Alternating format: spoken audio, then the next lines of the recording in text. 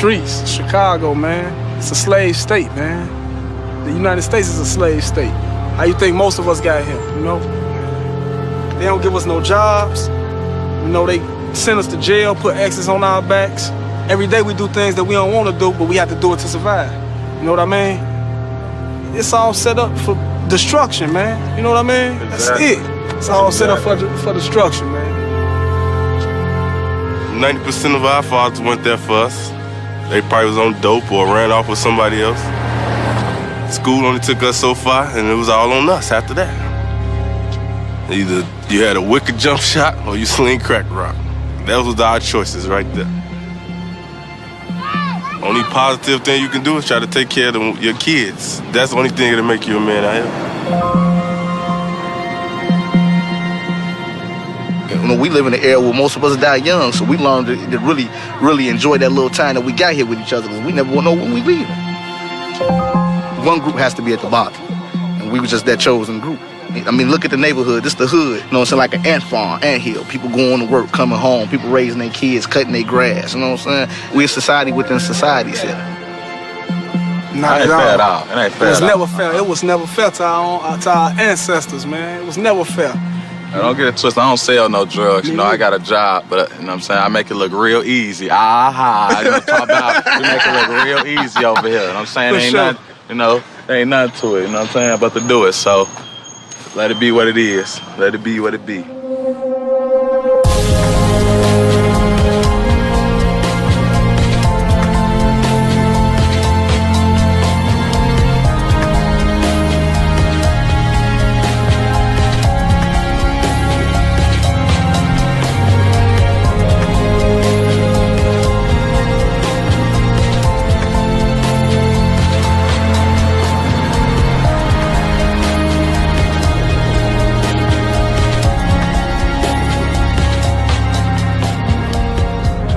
This area is too bad out here.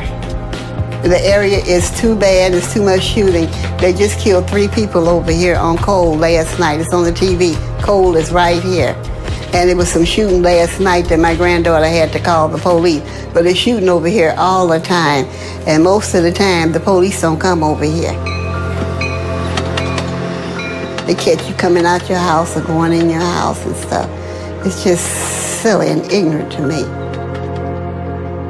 You know, they divide up the city. The gangs and the drug dealer. And if they thinking you making a little bit more than they want to come over here, and then if you say no, then that's where the shooting and the killing, you know, it starts. It's all over. It's all over. So, and they just don't stop, and it's just all over money and power.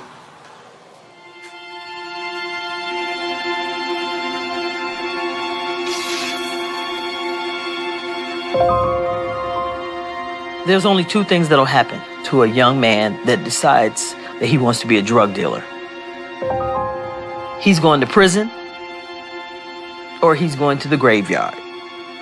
Those are his only 2 options. There's not another option. It was horrific to sit in a courtroom and hear my son portrayed as this gangster kingpin. I asked my husband at least 4 or 5 times, what did he say? Did he say 42 years? Did he say 42 years?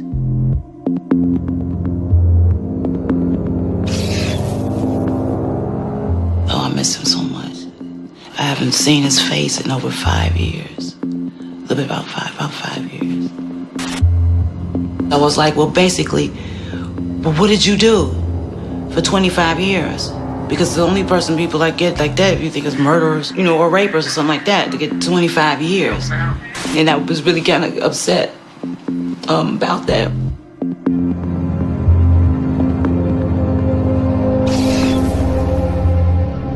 He was in a gang. He sold drugs. He did what he did. The courts and society has convicted my son. I'm not going to convict him every day.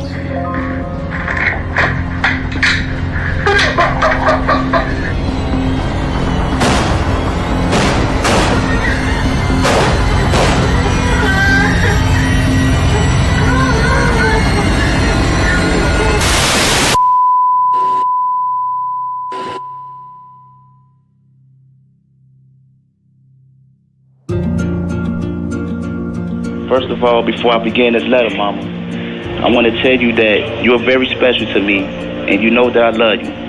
Thank you for loving me when I didn't love myself.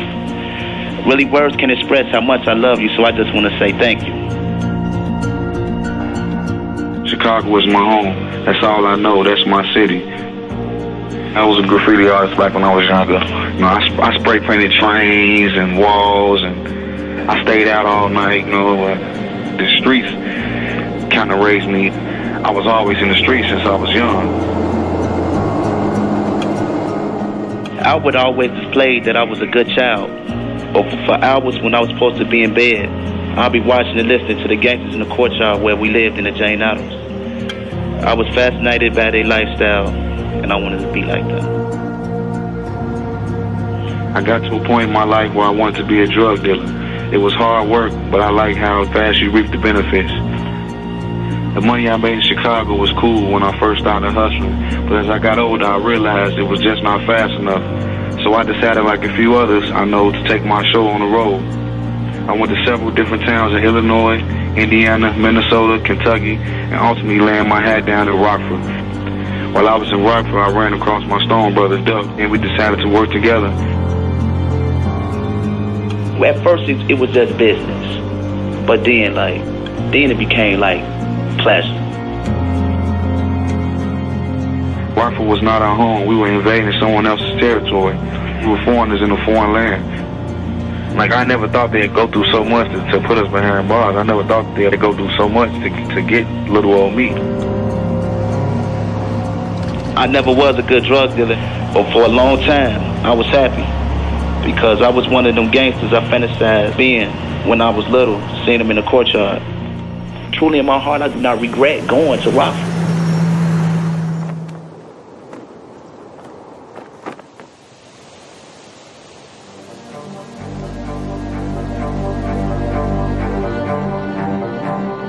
Between about 2001 up through 2005, there was a growing presence of hardened Chicago gang members that were coming out to Rockford and taking over the drug business.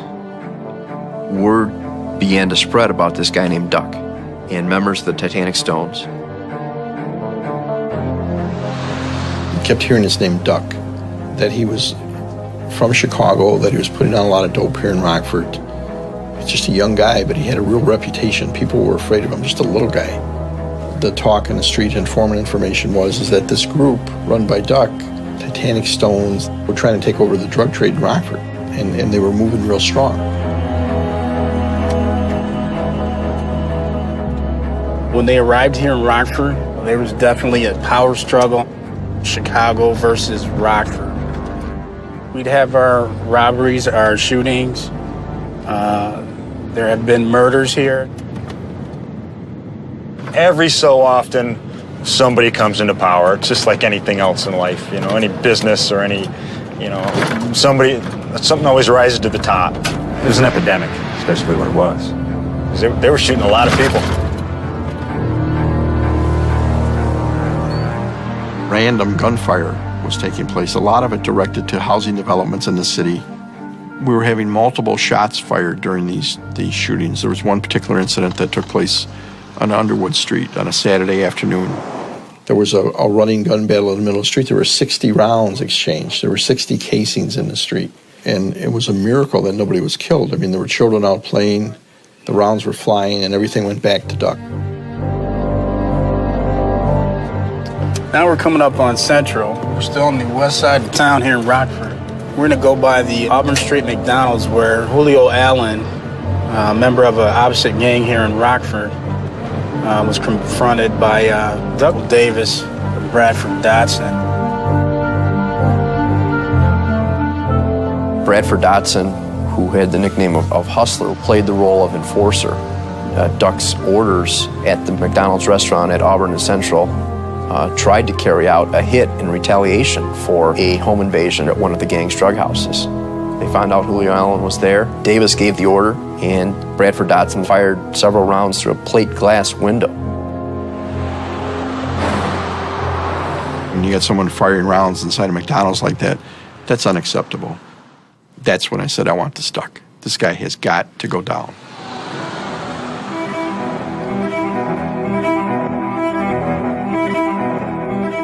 We initiated a federal case. Did an awful lot of surveillance, following people, watching people, talking to informants. We started to see the pattern, the way they were selling narcotics was the same. He was using different locations in the city, renting houses. Normally he would have a lady rent the house in her name. Nobody would live there. They would just use it strictly to sell drugs. The end game for us here was to take out the organization as a whole.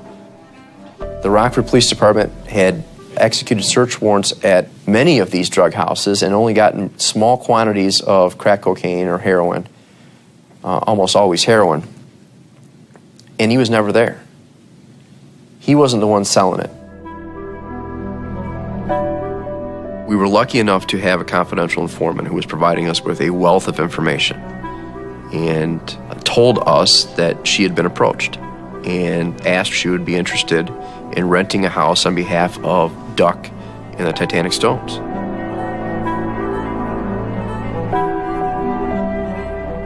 I was selling crack. I was selling dime bags, 20s, 8 balls. I mean, I was good at it. I'm not gonna sit there and say I was good at it. I just slipped up one time because I was drunk. I was messed up and forgot to take it out and went to jail, and they found it in the jailhouse. Some people say they ain't scared of going to prison. That's a lie. Everybody's scared to go to prison because I was scared to go to prison. I had to make a decision and had to make it quick. And anybody in my shoes, anything, would have did the same thing if you really cared about your kids. You know, everybody call me snitches. Okay, I'll be a snitch. My kids is more important than any of y'all, anybody. My kids and my family come before anything. Duck looks like the coolest person. I'm talking about like the coolest person. You look into it, you be like, oh, he's a low connect, but he's the scariest person. If you get to know him and you see how he really is, he's the dangerous man in period I ever seen in my life because he's very dangerous. I'm talking about he had more power than Scarface. That's how I'm telling you. That man was big, big. They would have killed me if they found out I want them down, how I went down. They would have killed me. I'd be dead. I mean, it's a chance I had to take.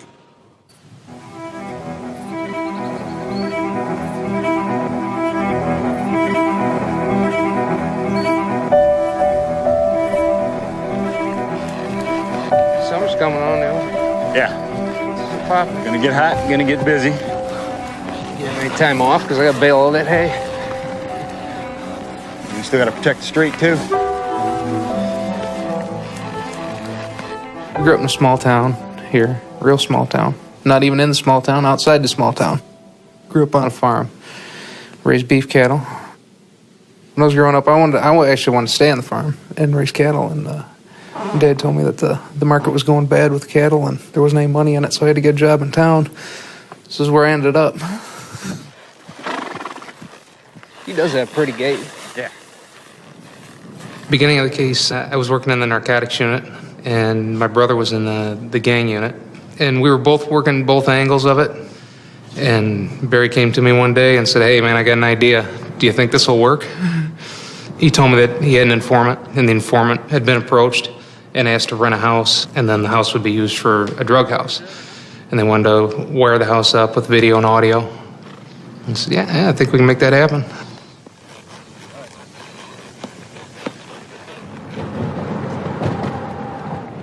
This is where the house was. The house was donated to us.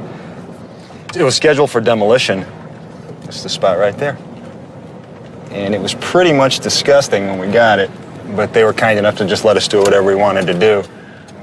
We parked in this driveway and carried lots and lots of carpeting and junk inside. Well, we chose a location because at the time, the targets that we're looking at were looking for an east side spot.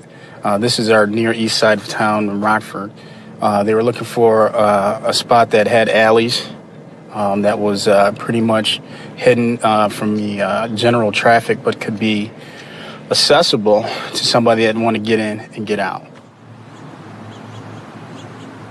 It was boarded up. Every window, every door was boarded up. Inside, the carpet was rotten. The flooring was a mess. All the utilities were not functioning. We would come over in our undercover vehicles. We would paint carpet, do electrical work, plumbing, just totally redo the house. but we added things to it, video and audio.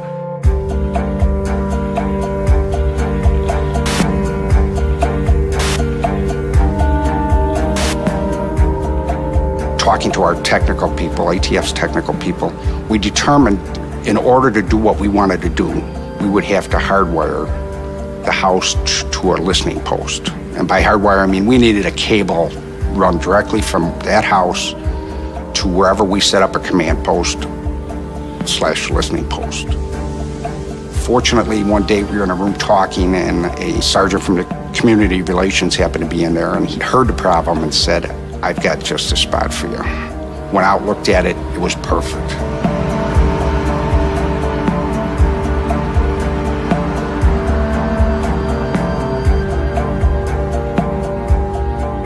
The factory or command center that we used was an old model paint factory. From the third or fourth floor, wherever we were, we had a bird's eye view of the house looking north. And the command center was set up so that there was a monitoring room where you'd have 3 agents at 3 separate monitoring stations and then a supervisor in the room. And each of those stations monitored a particular room in the house at 1023 Kishwaukee. One for the kitchen, one for the dining room, one for the living room.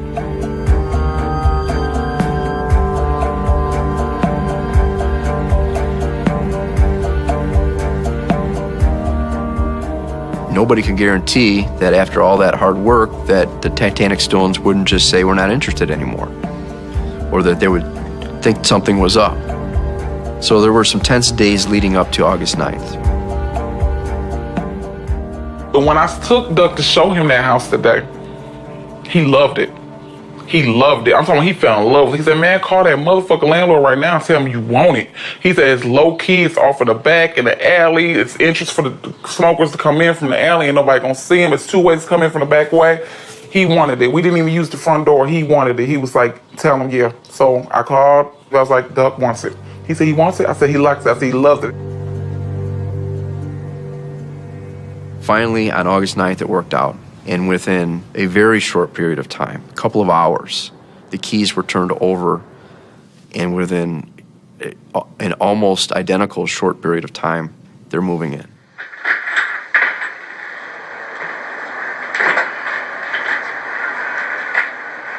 Bro, you gotta get out, man. I like this shit. Ooh, shit. Damn, bitches thought they was getting buzzed down around this motherfucker. What? Oh, my mama, they gonna be getting buzzed down in every... Alright, come on, man. You tearing our shit up, man. Alright, you gotta rest. Alright. My dirty ass drunk that brown water. So that's the motherfucking Rockford building inspection. Come on. What's up, G-Ball? Huh? You in, bro? Yeah. Oh, wait. Gotta turn it. Swing, bro. Yeah. Now swing it back the other way. When we pulled up, it was like a regular little trap. He ain't look like nothing suspicious or nothing like that. The first time I saw it, I just looked at it as another trap. I mean, we had so many. It was crazy one day because the first time I ever went over there, my girl dropped me off. And when she was dropping me off, she said, "Baby, I've been staying in Rockford all my life and ain't nobody never lived in that house." So the first thing I said, well, what the fuck does that mean?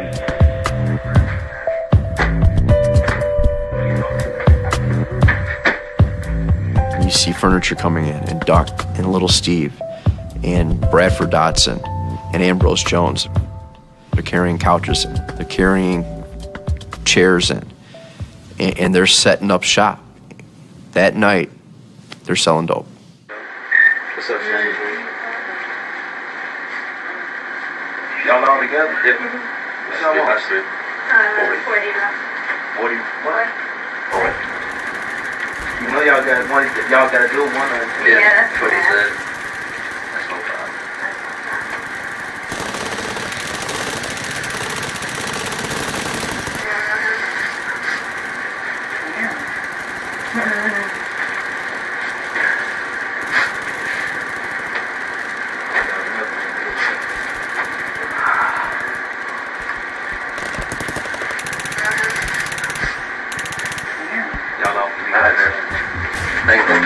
You too.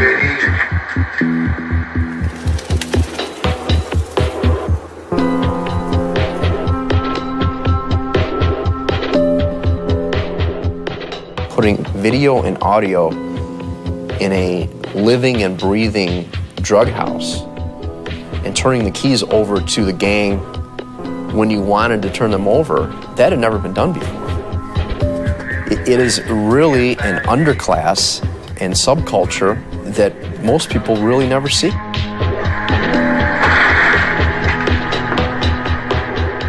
I remember a phone call that I received from Barry Cunningham when I wasn't in the monitoring room. And Barry's words were, "We're in the hornet's nest here."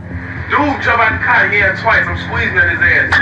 He get low. I jump out, running at his ass. Yeah, you was squeezing at his ass. Boom, boom, boom, boom. He put that little shit up, got to running. They pulled it off left and shit. Ain't no shit like that, boy. Man, come on. That's a 10 millimeter. Ain't no 10 millimeter. That's 947. Rocky, boy. See them rockets in there. At least you talk like a motherfucker. I've been working narcotics for many, many years and spent countless hours on surveillance, whether or not it's in the back of a van or a squad car, sitting back with binoculars watching drug houses or watching people deliver drugs or purchase drugs. So you always had a good concept of what it was like from the outside, but you never knew what it was really like on the inside. Well, this gave us the opportunity to take an inside seat in that drug house and determine exactly what was taking place. Give me a light. Hey, what you want? There ain't one in the head, is it? Man! Ooh, you a fucking duty, man. Just because you ain't see it, it could have been stuck in the chain. Cock it back, Mo. You could have popped it. I decocked it, Mo. I was going to shoot you right back. You would have shot me right in the balls. This a decock, Mo. This boy slick. It's just beat up. That girl got a body on it. This motherfucker. You know I have. This girl got a body on it? Hell yeah. This girl got a body on it? I'll send me out here with that gun. It's hot. Man, this gun is hot. G, look at this, man. I was here from about 5 o'clock in the morning every morning until midnight, 2 o'clock every night. It was just miserable hot every day. Everybody was miserable. Everybody was complaining at me because I was the guy supposed to be handling the gear and I just couldn't keep it cool enough. It was a learning experience, I think, for everybody there. This is the first time you actually saw what happened in a drug house. They were just living like regular people live. Watching TV, playing video games, visiting with their friends. Just that normal life was interrupted by selling drugs and playing with guns and counting money. Yeah, different though. I would have threw that motherfucker. Man, I would have. Look at it. If there's not criminal activity going on, then the court order provides that you have to turn off the recording devices. Most often, everything that was going on in that house was criminal in nature because there was almost always drugs around or a gun in the room. Almost everybody was a convicted felon, so everything was criminal in nature.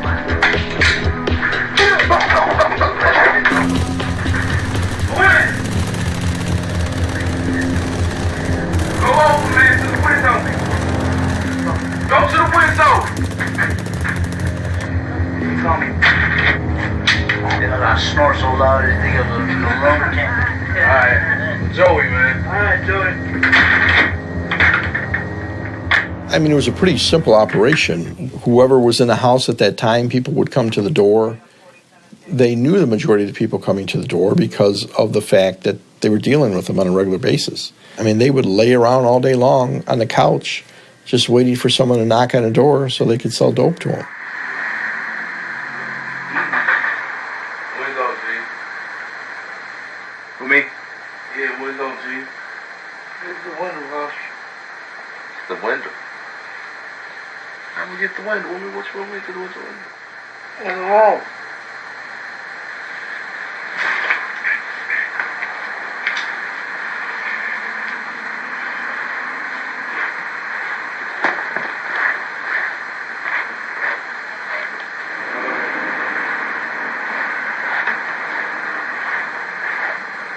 Here you go.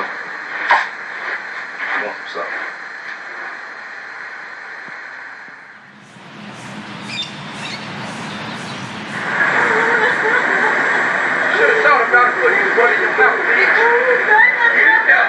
You gotta get in there. The police coming anyway. Get in there. They don't gotta call the police. Thought it was a joke, bitch. Yes, you did. Get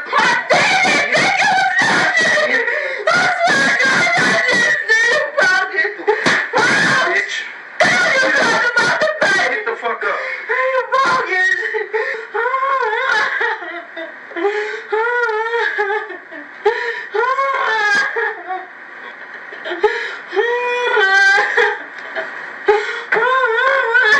Got one more fucking mom in the front. Take that shirt off. Change clothes, bitch. Get the fuck up before I push your face through this wall. You ain't gonna tell me shit. You didn't even let me run the attitude. Talking that shit, get the fuck up. You keep backing up on me.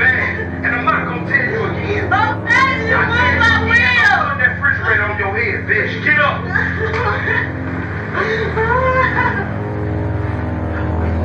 This group was associated with so much violence. Once those microphones were turned on and those cameras were turned on, while there was some relief that it was working, the tension didn't necessarily subside because it became very obvious to us that this gang was for real, and the reputation that preceded them was one that was appropriate.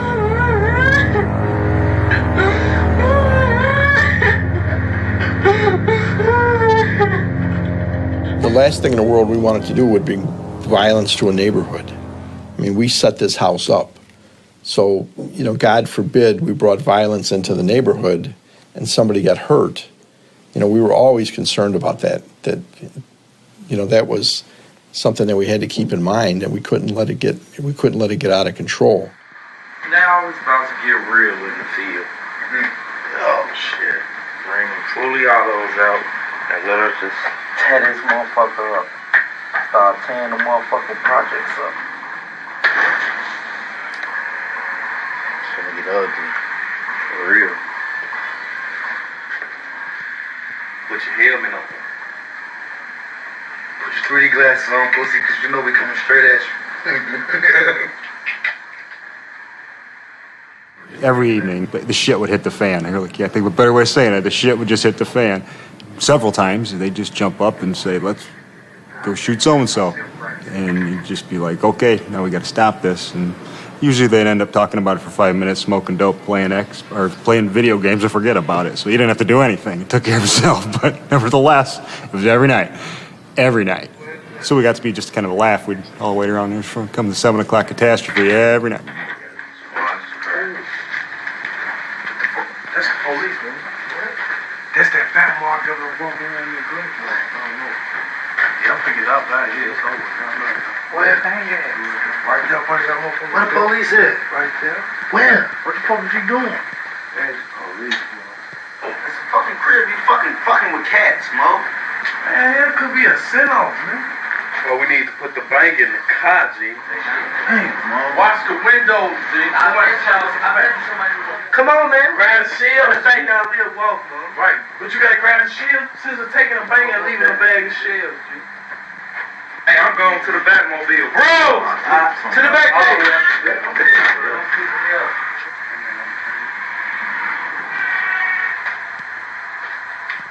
Who live right there? Man. I'm sure. You sure? Need curtains. Yeah.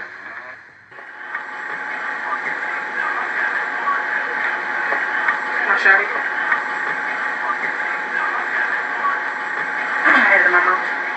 Yo, man, you was gonna swallow all this. I was gonna choke to You die. stupid. Shit. I'm gonna be on the floor straight there. That shit ain't gonna kill you.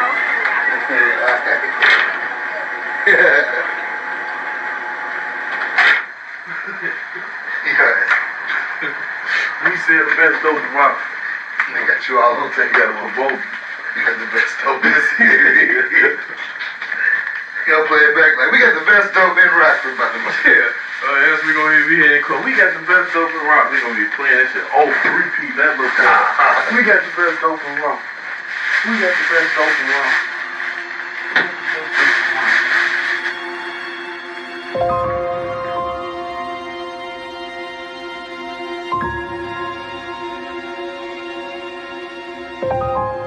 didn't find out that he started selling drugs until I was 16 or 17. I walked in the room and he was cutting it up. So, I was just like, I didn't say nothing. He just told me to get out the room.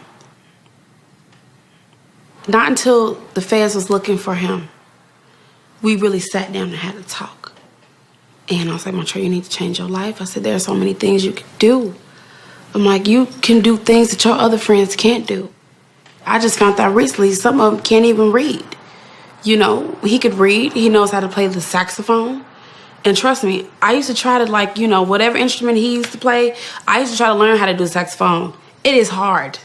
All those notes and all that, it is so hard. But his ass mastered the saxophone and can play that goddamn saxophone. I asked him, well, I said, why? And he said, well, I walked in a room and I ain't never seen that much money in my life. All at once. I never seen it, and I wanted that. That's what he said. I wanted that. I used to see my great-grandma. Yeah. My grandma don't want nobody to spank it or do nothing to it. Ow. Okay. This is our little family. Montreal, we love him too, even though he's in jail. I miss him. Yeah, I do too. Let me tell you something that I told Montreal and everybody else in jail. They did not send for you. This was your choice. They did not send for you. You don't have to do what you see little Johnny do, a little Calvin do. You don't have to do this. I know plenty of people that I knew that was doing things wrong even since I've been grown. Did I get out there and do it? No, because I know better. Everybody has a choice. That's including Montreal and everybody else. You and everybody else. We have a choice. Because you don't have to do what the next person do. I'm like me. I am my own model. And a lot of people talking about these basketball players and these movie stars, they try to portray these people as role models. They are not no role model. I am the role model in my house. That's what you should do. Stand up, mother and father, and be the role model in your house.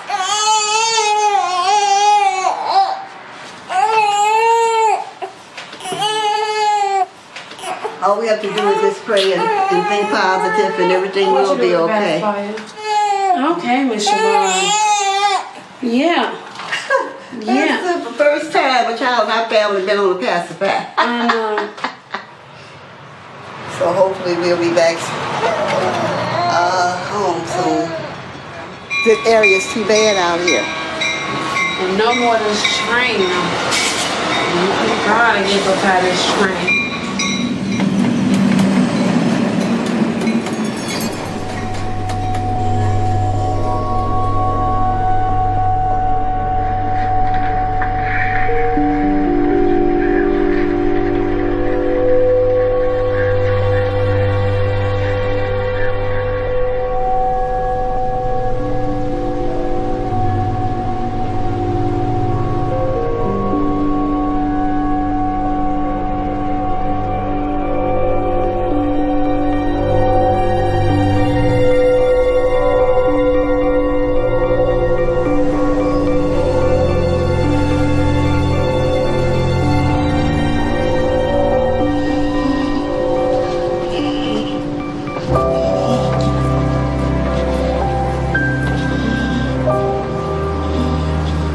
If you came to my house when I was growing up, oh, you knew it was a holiday. We be eating like mad, 24 hours, all day, all evening, all night. You could smell the nuts, the cakes, the pies. We had a big pot of chitlin. Then you had a big pan of macaroni and cheese. And then you had a big bowl of potato salad. Then you had a shrimp salad. And you had fried peach pies. You have the sweet potato pies, custard pies, and great big pot of greens, great big pot of string beans, salt pork going all through these baked beans and strips of bacon on the top. You ever had grits and chicken? Well, see, that's what my grandmother would do sometimes just for breakfast. We always had food. My house is my life, the memories and the things that I used to do there and the cooking, and it's nothing like having something of your own. You don't have to worry about nobody running over your head, and you keep your house clean in your backyard, and you can always go out there to cook and enjoy yourself. We were all, might as well say, raised up in that house. The house was my grandparents' house. He was born there. Letitia and Montreal was born there. Even though it is in the shamble, I feel like I'm at home. And I always go over there to clean up and sweep up. I can't wait to get back over there. When I go over there, I hate to come back this way. Hyde Park offers so much that the other areas, to me, don't offer.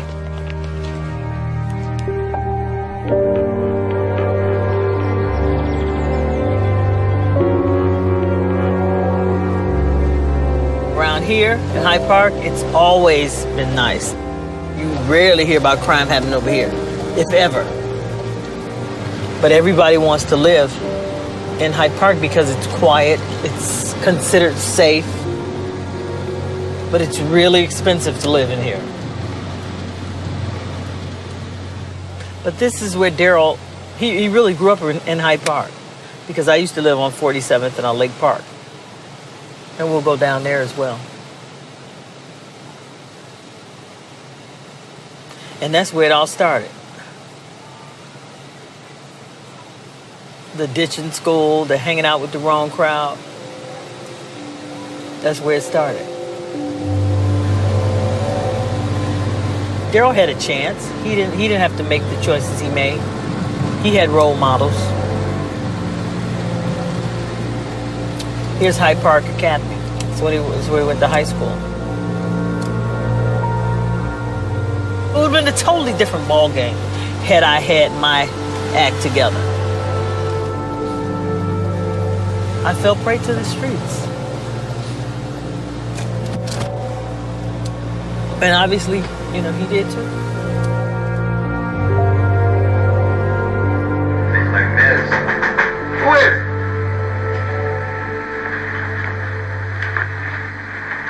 Who's that, B.O.? Let me see. You were in jail, right? Yeah. Yeah. What's up, bro? I wasn't in jail. I know you weren't.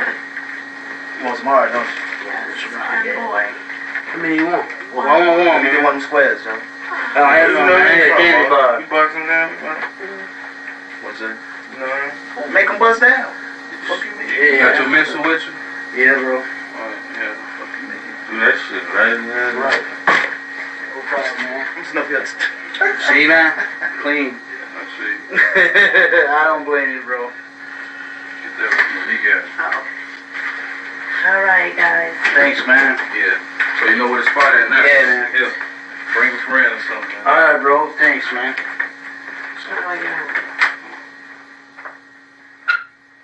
It was interesting and I guess disturbing at the same time what the customer base was. And there were people from all walks of life. People who looked like they just gotten off work at 5:30 and stopped at the drug house to get their heroin fix. People who clearly were well on their way to becoming heroin addicts. Young people, teenagers, people from all walks of life. You'd see the soccer moms showing up in the minivan getting dope. You'd see, you know, the hardcore drug addicts. You'd see black, white, male, female, young, old, anything. It was just all over the place. Let's see, bro. 360.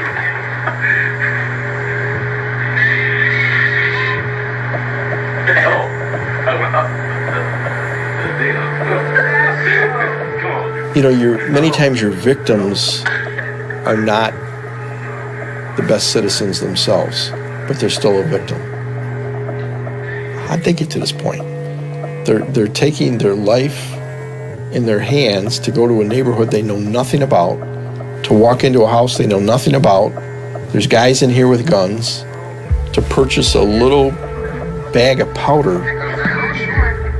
What went so wrong in their lives to put them to that point? And this is a small part of a huge picture. How big is this drug problem throughout the world. It's beyond explanation. It's huge.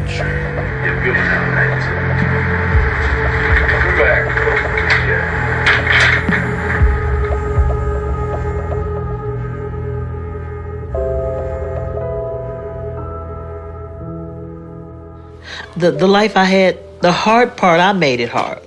I had an easy life. I had my parents did the best they could with what they had. I have wonderful, loving parents. And although my home was semi-dysfunctional, my parents did everything in their power to make sure I didn't use drugs. Had I not used, would he not have sold drugs? I can't say that for sure. He had a huge influence from his father, and he wanted to be just like Daddy. And Daddy was a dope dealer. He had no respect for me. I was addicted to cocaine. He had no respect for me. But his father, on the other hand, that's who he respected.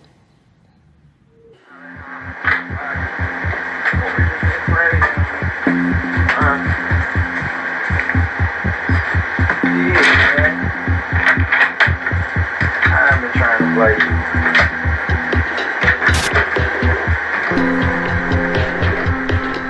Duck in the video footage came across as somebody who was always in control. When he walked in, anybody who was in the house sort of perked up, and Duck was there for one reason, which was to deliver drugs and to pick up the money, most importantly. You went to the go today? Duck was in charge, and nobody else knew who Duck knew. Duck had the contacts in Chicago. When he made a transaction in Chicago, no one was allowed to be with him during that transaction. They'd have to wait in the car. He kept that confidential. You know, that was his ace in the hole with these guys, because he knew one of them would go out and try to make a contact with them otherwise.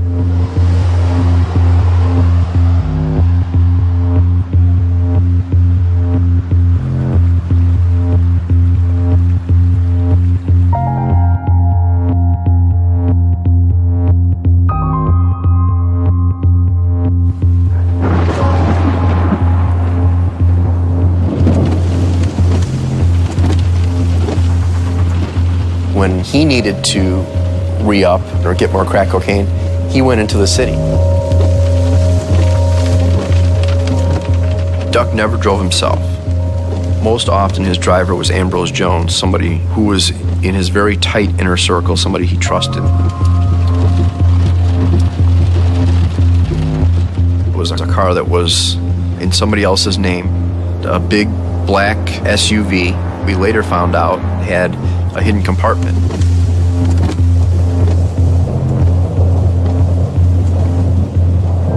But he went in and picked it up, brought it back to Rockford, where he mixed it and stored it at his girlfriend's house, away from where he slept or did his business.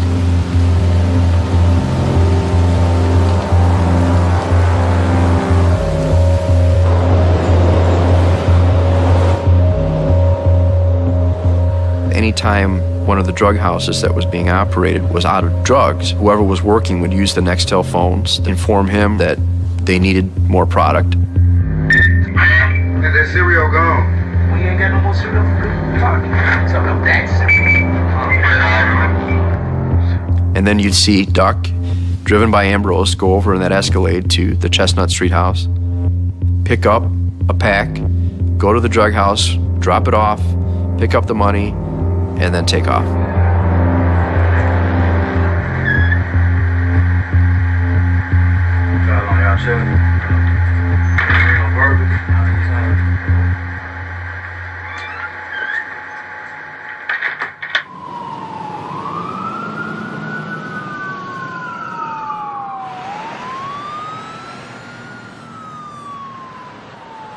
It ain't safe around here. It be shoot, fights, all type of stuff. That's how I know it's bad. It's a gunshot bullet right here. That's how much they shoot over here. We was sitting on my couch and all we heard was gunshots. I had to jump on the floor like, oh my God. They is shooting.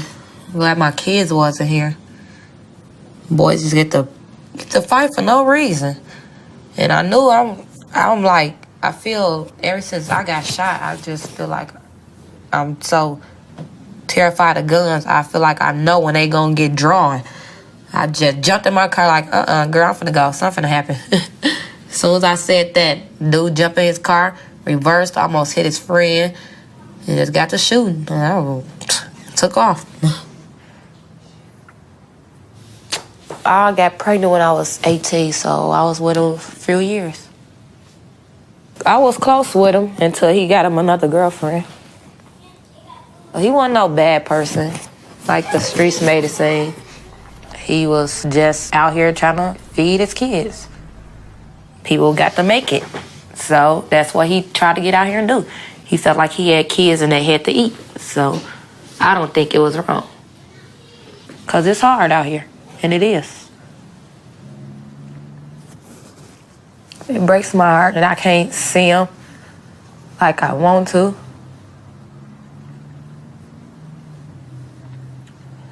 Yeah. Then my kids, they be want to see him and they can't. I don't know. But wish he wasn't locked up. He left me with 2 kids. That's the only thing I was really mad about. I had 2 kids by him. Then he go get locked up.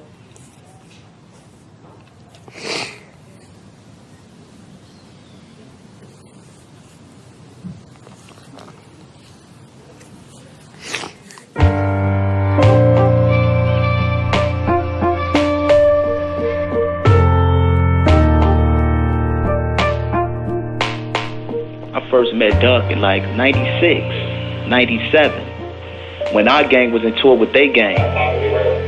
They gang was from like 53rd and Harper, and you know we from 52nd and Drexel. So Duck used to come down to Drexel and he'd shoot at us, and it's like concrete jumping off the ground, hitting, and this shells hitting the cars because our 2 gangs was in tour. That's the first time I even heard his name or knew about him. Man, Duck as a person, man, he was a caring dude, you know what I'm saying? Like, he'd come talk to me about his girlfriend problems. And that's the Duck that I know. I thought he was my friend.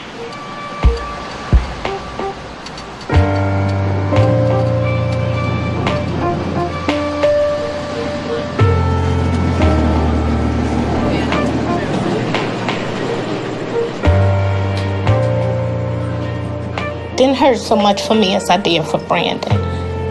He has uncles and he have grandfathers and he have cousins and whatnot that could help raise him, but it's nothing like a dad.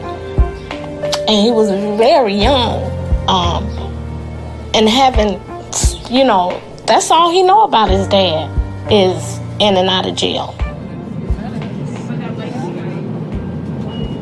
He doesn't look exactly like him, but he has enough of the mannerisms and just his attitude as a whole, like his dad. He's very playful, he's very smart, but just does not listen. I worry a lot. There's so much gang activity and drug activity in Rockford that I worry about both my grandsons getting involved and with wrong people.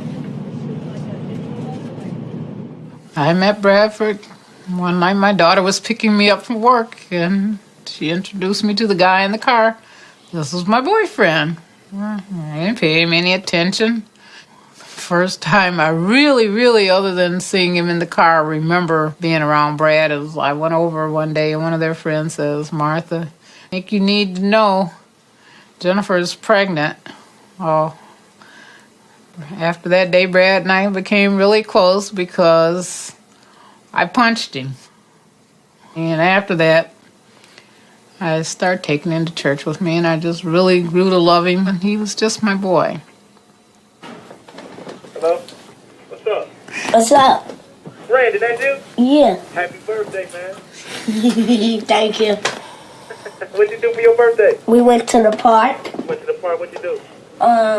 We played What kind of cake you had? a race car. A race car, you saved me a piece? Huh? You saved me a piece? Nope. Huh? Nope. 8 years old. Get big. Brandon, find something to do positive with their free time. Even at school, you gotta just remember, like, the only way that you will be successful is with an education, Brandon. You gotta stay in school. Okay. That's the only way we gonna make it. We gotta educate ourselves. Don't spend all your time sitting in the room playing a video game. Go outside and play and go to school and just be good. Okay. Well, I wish I was outside playing right now, running around.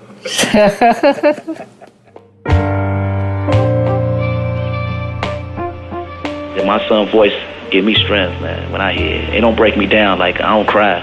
I'll be proud when I'm proud of that boy, man. When I hear his voice assures me that, like, man, I got a date still, you know.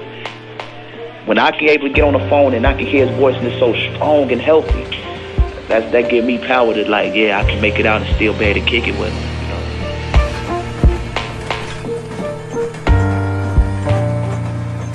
The severity of the situation never hit me until, and at 2 o'clock in the morning, I get a call from the hospital across town that he'd been mugged.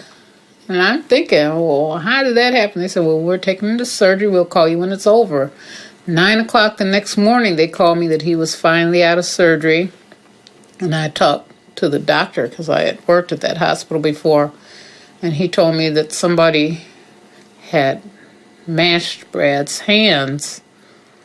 He said it's the worst case he'd ever seen. It took him 7 hours to put his hands back together. The hands were mashed flat. The fingers were split and the flesh was coming through. All the bones down to the wrist. Just mashed. Like hamburger. If you look at the video footage from the Kishwaukee house, you see bandages on both of Bradford Dotson's hands throughout that time period. And that is from Daryl Duck Davis. What happened was Duck suspected Bradford of snitching on the gang or of stealing money, something that went against Duck and the organization. So Duck gathered up the gang members over at the Underwood drug house. He had Joel Turner hold a gun to Bradford Dotson's head. Bradford Dotson was made to spread eagle on the floor, all of his clothes off, and Duck took a hammer and he broke both of Bradford Dotson's hands. He just hit my hands 3 times with the hammers. He busted me. It don't take that much to break no hands with no hammer. He hit my hands 3 times. I did steal them guns, though. I needed cash quick because I wasn't trying to be around like that, man.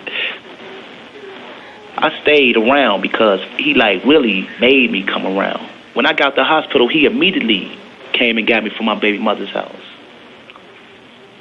When we pulled up to the trap, I was trying to show that I wasn't affected by my hands being broke. So I was like, man, help me move this sofa. You know, so we moved the sofa, even though it was hurting. I wanted to show them that, like, man, I'm stronger than what y'all perceive. I was scared that if I tried to leave or if I didn't do what he said, that he was going to take me off somewhere and kill me somewhere. Flat out, you know what I'm saying? I'm going to tell the truth, I was scared. I didn't want to die.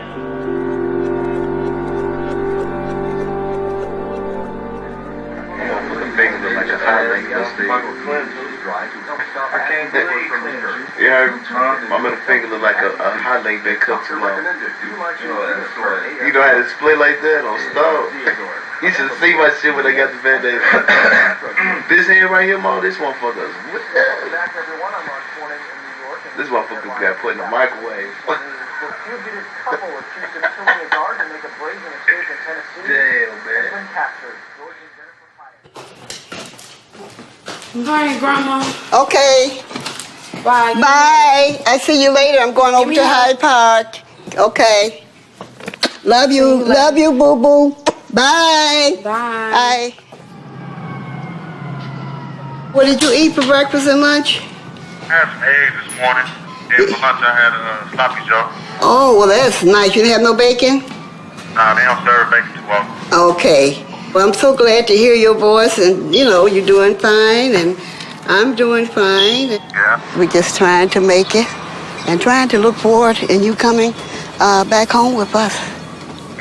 And that's all you can do. Oh, you got to go now? Okay, love you. I love you too. All right, bye. Bye-bye. Uh-huh.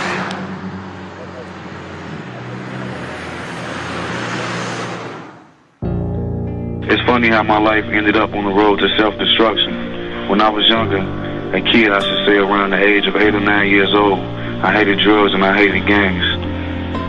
I grew up in the house with a mother and an uncle who was addicted to cocaine and heroin. In the midst of all this chaos, you have my grandmother, who I love with all my heart and soul. She kept a roof over my head, designer clothes on my back, and made sure I didn't miss a meal. My grandmother provided for me and my sister the best she could. She even did her best to teach me how to be a man. She taught me to stand up for myself, to beat the living shit out of anyone who disrespected me. She always tried to keep me away from drugs, and she always said, boy, you see how that shit got your mama, your daddy, your uncle looking like skin and bones? Don't you ever fuck with that shit. And I remember her saying that, them little voices in my head to this day.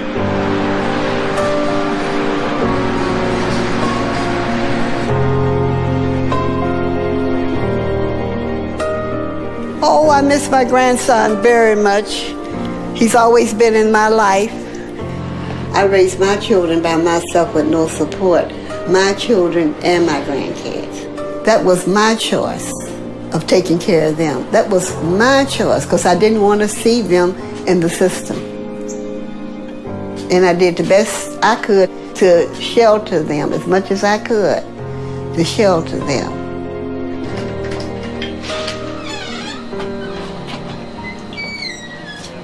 I am very much surprised with this. Very much surprised. And I'm also disappointed in him being in jail because, you know, as a grandparents, we don't choose these things for our children or our grandkids. You know, he wasn't raised like this here. I punched the time clock. My grandparents and my mother, they taught me to punch the time clock, and I tried to instill this in my kids. You have to work for what you get. I don't know what went wrong. I think the peer pressure, I think getting involved with the wrong type of people. I think that's where it came from. You know, you want to follow the leader, see what you see everybody else do. This is how I feel as a grandparent, you know, and I'm hoping that he'll get through this. I wonder, is it my fault? I've been using drugs. You know, he never seen me get high or anything like that. But as a parent getting high, I wonder, is it my fault? I really feel guilty about this. You know, did I start this? Did I start him, you know, even not saying bringing it around him, but just the idea of me doing it? Am I the cause of this? It's an effect. It has an effect on your children. It has an effect on your children because it also has an effect on me as a parent. So I'm sure it has an effect on him. I'm very disappointed in you all, too. And you know I speak frankly. All right, but I have tremendously slowed down. I haven't had any heroin in 2 months. I had started back because I got depressed again. I really think about this all the time. Am I the reason for this? I'm doing this. I mean, you I could be. Had an influence. It could be all my fault still. It could be my, yes, it could be all my, it could be all my fault. It could still be my fault. Even though you and Dad did everything, me and my trust still respect you. Never embarrassed to walk down the street, this is my mama. Walking down the street, this is my daddy. Because even though y'all did drugs, you were a good parent. You did us good. You didn't beat us. We didn't get raped. You didn't take us to no drug houses. You ain't never leave us, abandon us. So don't feel bad. Yeah, you know, you hurt us. But you ain't never did shit to us like, you know, people could say my mama did this to me, or my mama let this man rape me because, you know, she was off drugs and didn't know. Some children will sell to their mothers or give their mothers heroin and cocaine. That's something Montreal would never do. And see, and most parents expect their children that sells drugs for them to give them heroin and cocaine or to buy that for them. I've never asked him to buy me any heroin. Or even to get, no, he wouldn't do it anyway. He wouldn't give me any money for it or anything like that. He would not do that. But there is a lot of people expecting their kids. We have family members that expect their children to buy them heroin and cocaine. And I'm still wondering, am I the reason for this?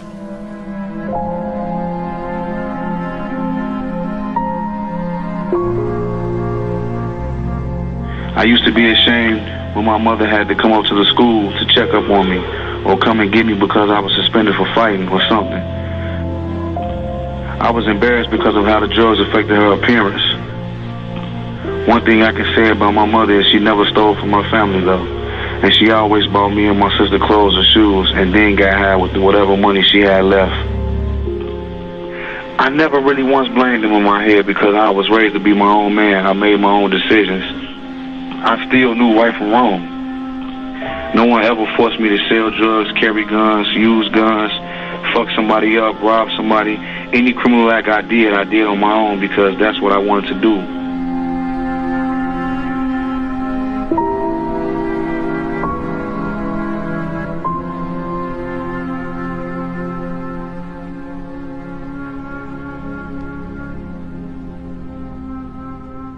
I thought I was going to die with that pipe in my hand. I really did. But I can sit here with confidence and say I'll never use cocaine again in my life. Cocaine is no longer part of who I am. Hasn't been for a long time. I botched up motherhood. I botched it. I did. Look where my son is. I remember very clearly. I had been in my addiction maybe 7 or 8 years. And Daryl said to me, "Ma, I know what you're doing. And if you go down, I'm going to go crashing down with you." I didn't hear him. He was crying out to me then. I didn't hear him. I couldn't hear him because I was so deep in my addiction, I could not hear him. I wish I had heard him. I wish I had heard him.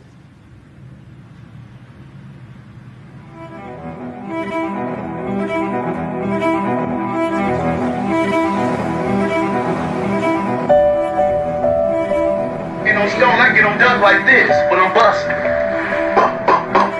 And I got away with, you know, the 7 got 7 shots, and I got away with like 3, 4 shells. Stone went right at Pebbles' crib. I left the thing. My child did not have negligent parents. He wasn't hungry, didn't miss a day's meal, was not homeless. I wasn't a crackhead. His dad wasn't a crackhead, wasn't abusive. I did none of that. None of the things that society say is the reason why these children do what they do. They do it because they want to, number one. And they do it because someone has enticed them. The drug dealers come through and they see easy, gullible young people and they offer them, and it's exciting. You know, the possibility, the rims, the car. I am angry at him for not, I'm actually angry at him for allowing someone to sell him a dream of nothing. And I believe that that's what it was. Oh, Stone, I'm finna go to the hospital. Oh, shit! Who got my 10 millimeter? You mean when I go spot this from the clock? What's my 10 millimeter? This is my 10 millimeter. This ain't no 10, man. It's a 17. It's a set. Bradford Dodson was an enforcer, just a brooding, hard case. The shooting at McDonald's, where he did shoot Julio Allen during that dinner time incident, it was just brazen. You shot in the joint too? Man, I put a got me and ducks in there, man. You shot them up in the joint. I shot the kids, you know, the bus nigga said I did something like, y'all started playing. From the beginning, when I first even joined the gang, I was being somebody that I wasn't. You know, I wasn't being Bradford Dodson. I was being the hustler, who they wanted me to be, the one that they accepted. They didn't like Bradford Dodson. They liked the hustler. So for all them years, I was being a hustler. I wasn't being Bradford V. Dodson. I got my hands messed up, bandaged up. I ain't got no money. I can't get out of Rockford. We in tour with gang members all over the city. I was just going to try to find a way to get out all the way. I was going to make Doug feel comfortable to the part where, like, he'll drop his guard, and then that's when I was going to make my move to get away. My dumb ass just move around, man. I'm in the way, man. I can't move around, man. I got to, man. Can't move the way I want to. That's what you think I should do, bro? Think I should move around so we'll just go and fade out the background? Shit, not right now, no, I don't want to, though, man. But I do, man, but at the same time, it's on, man. I just don't want to leave the bus down. Market activity starting overseas. Tokyo's weekly average closed at a 4-year high today, up 100. Why you do that shit, man? Because you pride of something. Trading in London, the FTSE opened lower. Wall Street will close the day with the Dow Jones. It's like I growed up so much more. I can't be out there like this. Closed at 21.67. So, I don't really want none. I don't got no goals. You gotta want something out this shit, let's see. You can have it.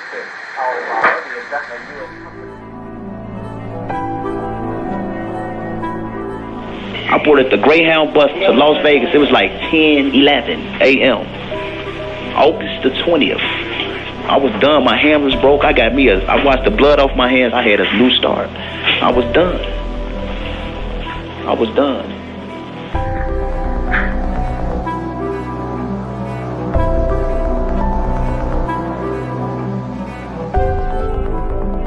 Hey, honey. Hey, Brad. Hey, Brad. What up? What's up, man? Who's that, Daddy? Mm-hmm. I cooked the Juicy Lucy's you and I were talking about. Mm-hmm. And baked beans, the famous baked beans. They gonna barbecue for us tomorrow here. Huh? Hello? You still here? We still here. Oh. What do you miss the most at home? What I miss the most at home? Yeah. Y'all. Well, we know that, but on the day like today. What about changes? What kind of changes have you made for yourself? Well, I noticed that the only problem that I really had, my most problem was just being too materialistic. All right. So now that they put me up in here, they only give you, everybody got the same clothes, everybody gets the same amount of minutes. So I know, like, if I was to get a second chance, I wouldn't be materialistic. Well, you know what? You've already gotten a second chance. You know why? Why? You're alive.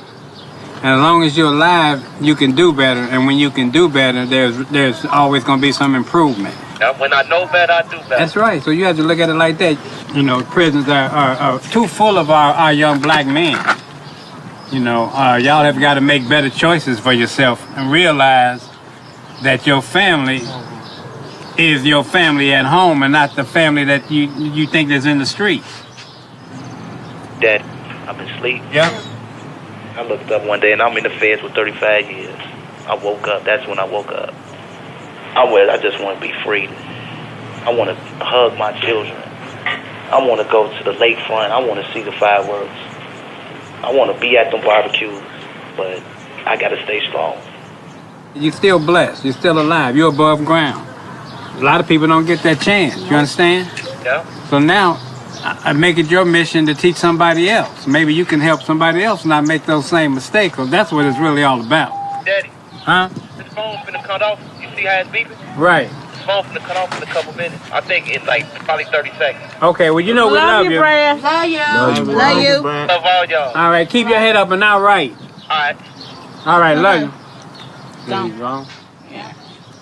I really hate the way those calls just end like that because you have things you want to say.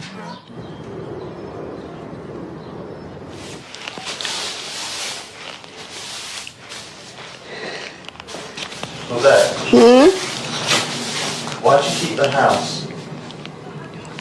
Why do I keep the house? Because I'm planning on one day fixing it up, and I want to have a place for him when he do come home. You know, the area is nice. My neighbors is nice. You can't find a neighborhood like this. So that's why I want to come back. Surrounded by hospitals, parks. And oh, by the way, the president, this is the president, Obama's area. He lives in Hyde Park. This was his room a long time ago. Montreal. So I'm trying to get it back together. So I don't know if I'll be able to or not. All I can do is try. I think since he's been in penitentiary, I'm not just saying it because he's my grandson, but I think he has changed. You know, I've been a parent and a grandparent. Yeah, I feel frustrated and I feel mad a lot of time, and I feel disgusted like any parent would be. You know, that's me. I really do. Because he didn't have to choose this, and now he realized so that he's made a mistake. He realized it. And like I told him, you ain't got no friends out here. I'm your friend. I always talking to my friend. You ain't got no friend. What you all doing out there is a money thing, not a friend thing. They don't mix. See, people ain't caring nothing about you. Them same people will kill you or have you killed. Because I know how people are. At least he didn't get on drugs, and I'm glad of that.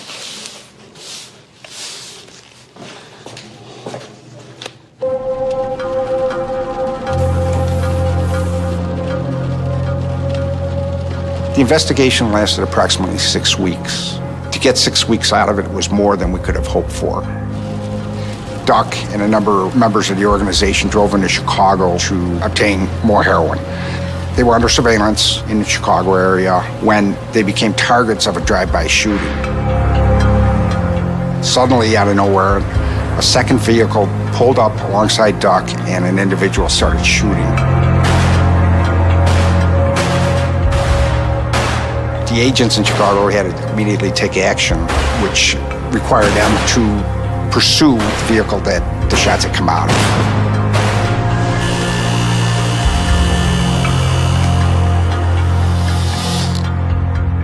Duck could see these cars suddenly come from nowhere. He put it all together right then and there. He knew he was under surveillance, and he suspected other things might be wrong back in Rockford.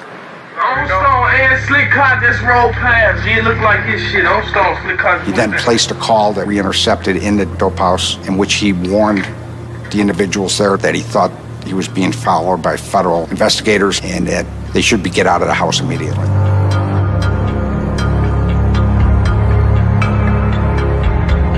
They scrambled back to Rockford that night, Ambrose Jones in the SUV, and Duck, we later learned, in a taxi. That was when the jig was up, so to speak, and it was time for us to start making arrests, which is what we did on September 14th.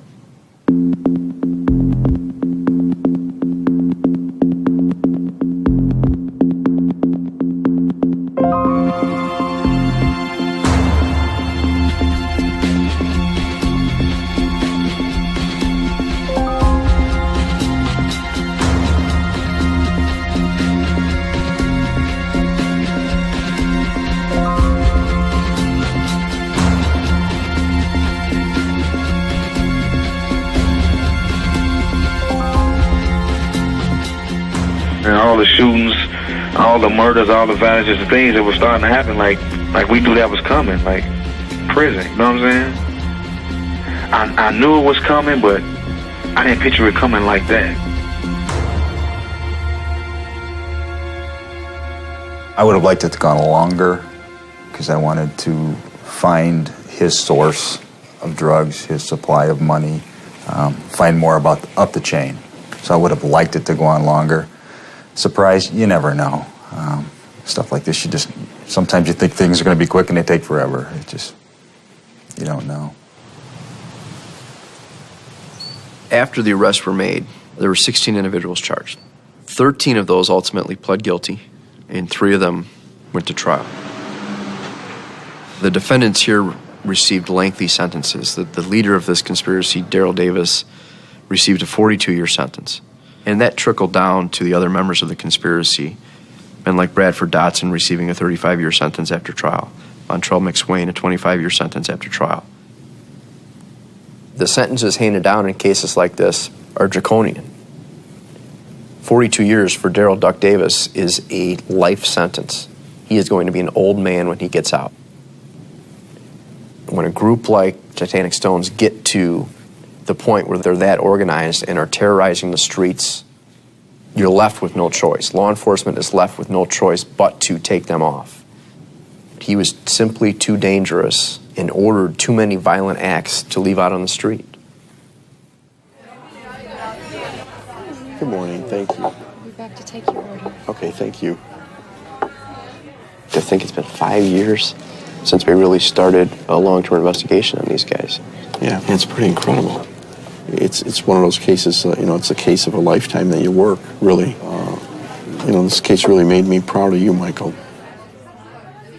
When you think about it, you have the generations of the police, a lot of police families, fathers, sons, and grandfathers were the police. But the same is true on the other side, the criminal side. I've been around for many years and have arrested grandfathers of people that we're dealing with now.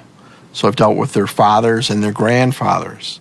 And it seems like it's just something that just continues on.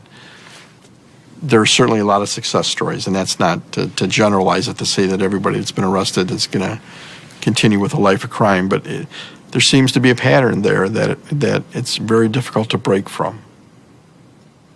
If you look at them individually, how did they get to that point that they're in a house on Kishwaukee Street in Rockford? How'd they get to that point in their life? They're from Chicago, they're young guys. What is it in their life that went wrong? They're born into a family where there might not have been a father present, where some of their mothers were drug users, where they themselves were just put in a situation that they were almost born to lose. Well, I think anytime you see a story end where young men in the prime of their lives go to spend the majority of their time in federal prison, I think that is tragic. They weren't much younger than me. Our paths certainly never crossed in life, but we had very different upbringings, very different advantages or disadvantages, and you wonder if a Montrell McSwain or a Bradford Dotson was given the upbringing that I had, for example, if things would have turned out differently. From our standpoint, these are dangerous guys. We had to take them off the street. We wanted them to go away for the rest of their lives. From this family standpoint, they put aside what they did. That's still their loved one. It's their son or their brother. They love them no matter what they did. I think sometimes it's not only tragic, but sometimes it's a relief for them because they know what they're doing. Their son or their brother, whoever it might be, they know they're in Rockford dealing dope. There's 2 ways out of that. You're going to the penitentiary or you're going to end up dead. Every day that the phone would ring or I would hear the siren, I thought, okay, that someone's going to tell me, come identify your son. Because that was definitely the path that he was going down.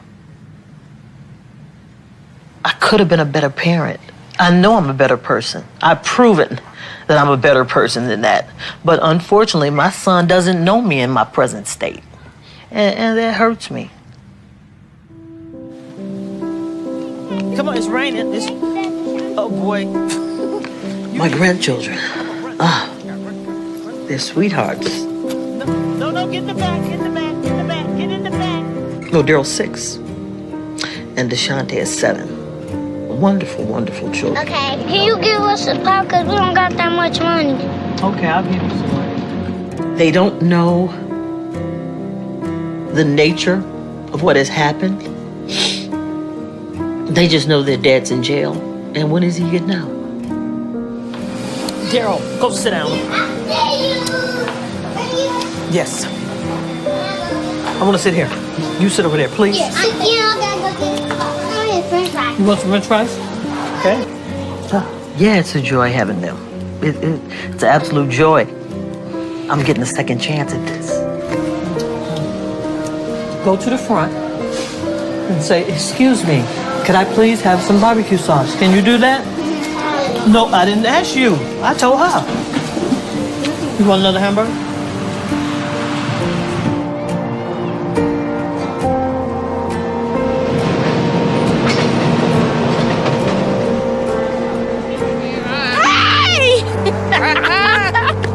Hey, how you doing? How you been? How was your trip in? Good, Granny missed you. Okay, let's go.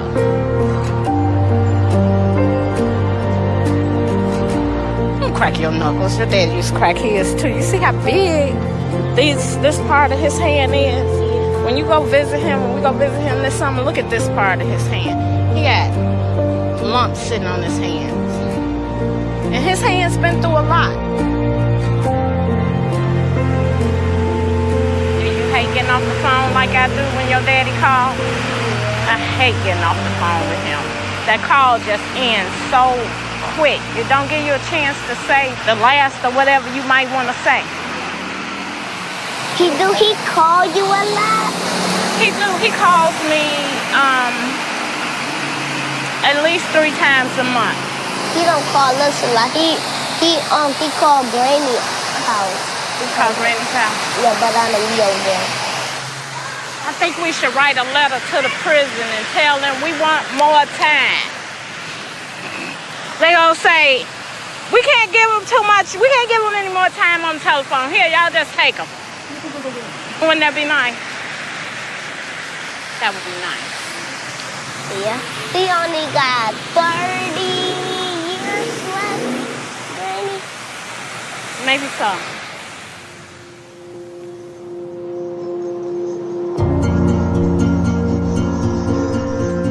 I'm not mad at the judge and the prosecutors. They got to do their jobs.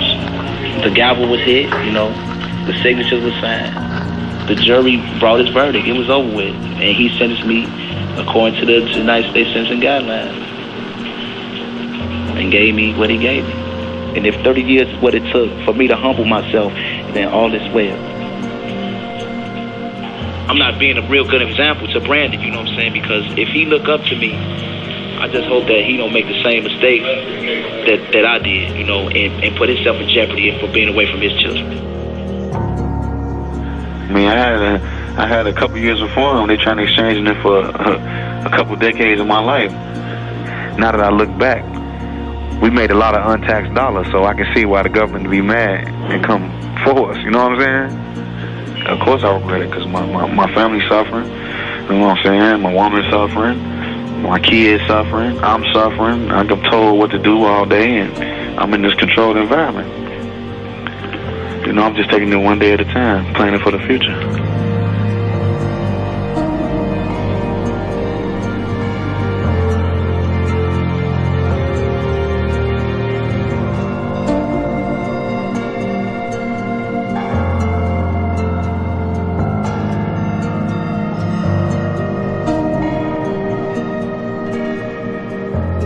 I do have a broken heart. Even though they might do wrong and stuff like that, your children are your children. And I took care of my children. I protected my children. My children never had to go across the street and next door for nothing. They'll tell you how I treated my kids. My kids was dressed all the time, was dressed nice, and they were clean. That I saw to it. And my grandkids, no matter what. And I do have a broken heart. And my heart will probably be broken for a long time. I didn't choose this for him. We all have a choice, and he made the wrong choice.